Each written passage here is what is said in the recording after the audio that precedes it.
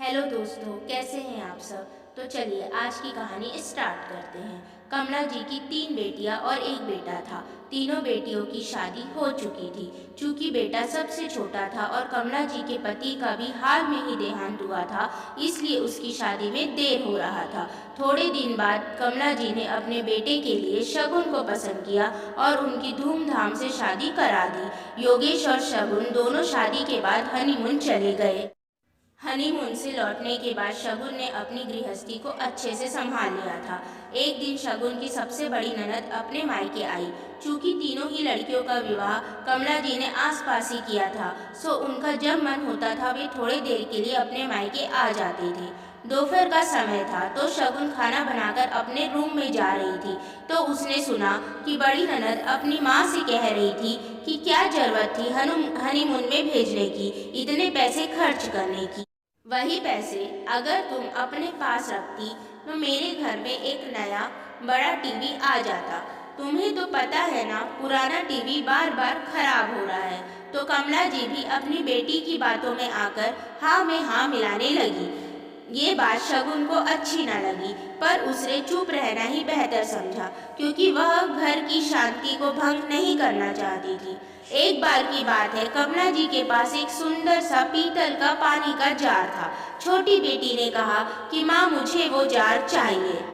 चूंकि योगेश वहीं पर था, तो उसने माँ को टोका भी कि माँ, यह जार आपकी सास की निशानी है, उसे यहीं रहने दो। पर कमला जी ने योगेश की एक न सुनी और जार अपनी बेटी को दे दिया। तो शगुन की ननद ने ताना मारते हुए कहा कि लोग अगर ऐसा सोचते हैं कि शादी होने के बाद बेटी पराई हो जाती है, तो ऐसा कुछ भी नहीं है। ये घर, यहाँ की चीज, हर चीज मेरी माँ की है, सो हम जो चाहे वो पूरे अधिकार से मांग सकते हैं। कमला जी ने भी अपनी बेटी की बात पर हामी भरी।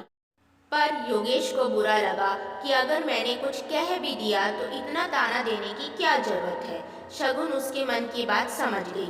उसने योगेश को समझाया कि छोटी बातों को भूल जाया करते हैं, नहीं तो घर की शांति भंग होने में समय नहीं लगता।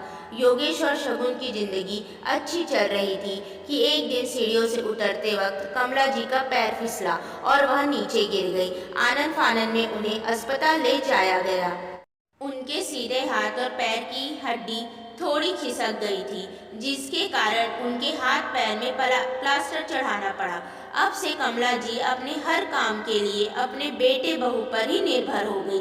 शुरुआत के दिन तो योगेश को छुट्टी मिल गई, पर प्राइवेट जॉब में ज़्यादा दिन छुट्टी लेने पर जॉब जाने का खतरा रहता है, और इधर माँ के इलाज के लिए भी पैसे की जरूरत थी, तो उसे फिर से जॉब ज्वाइन करना पड़ा। अब इधर शगुन को ही दिन भर अपनी सास की सेवा करनी पड़ती, जिससे उसकी भी तबीयत खराब रहने लगी। तो शगुन की तबीयत को देखते हुए योगेश ने एक दिन अपनी तीनों बहनों को एक साथ कॉल लगाया, ताकि तीनों को अच्छे से घर की परेशानी समझा सके। लेकिन तीनों ही बहनों ने कोई न कोई बहाना बना दिया, ताकि उन्हें मायके आकर माँ की सेवा ना करनी पड़े।